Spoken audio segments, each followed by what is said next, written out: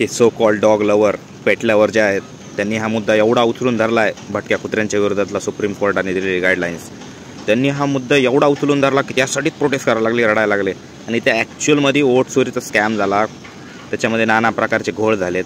एकाच मतदारसंघामध्ये एवढे नाव आहेत एकाच माणसाचे, किंवा एकाच माणसाच्या नावाने खूप सारे अलग अलग मतदारसंघामध्ये नाव आहेत, किंवा त्यांच्या बापाची नाव मिसिंग आहे. तर असे कितीतरी त्याच्यामध्ये फ्रॉड झालेले आहेत. आणि हा मुद्दा जो स्ट्रे डॉगचा मुद्दा आहे हा लोकांनी एवढा उचलून का धरला, किंवा प्रसारमाध्यमांनी एवढा का उचलून धरला, त्याचं सिंपल कारण आहे, कारण वोट चोरीचा जो स्कॅम आहे ना तो मुद्दा डिस्ट्रॅक्ट व्हायला, हा जो केलेला आहे मुद्दा हा डिस्ट्रॅक्ट करण्यासाठी केलेला आहे. हे बघा, तुम्ही कुठलीही गोष्ट ज्यावेळेस एक्सपोज करताय किंवा कुठलीही गोष्ट समाजापुढे आणताय आणि ती गोष्ट सरकारला धोकादायक आहे, तर मग त्यावेळेस काय होतं की दुसरा जो मुद्दा असतो का, छोटा मुद्दा असतो का, त्याला पण चिंगारी लावून त्यालाही खूप मोठा विशाल केलं जातं.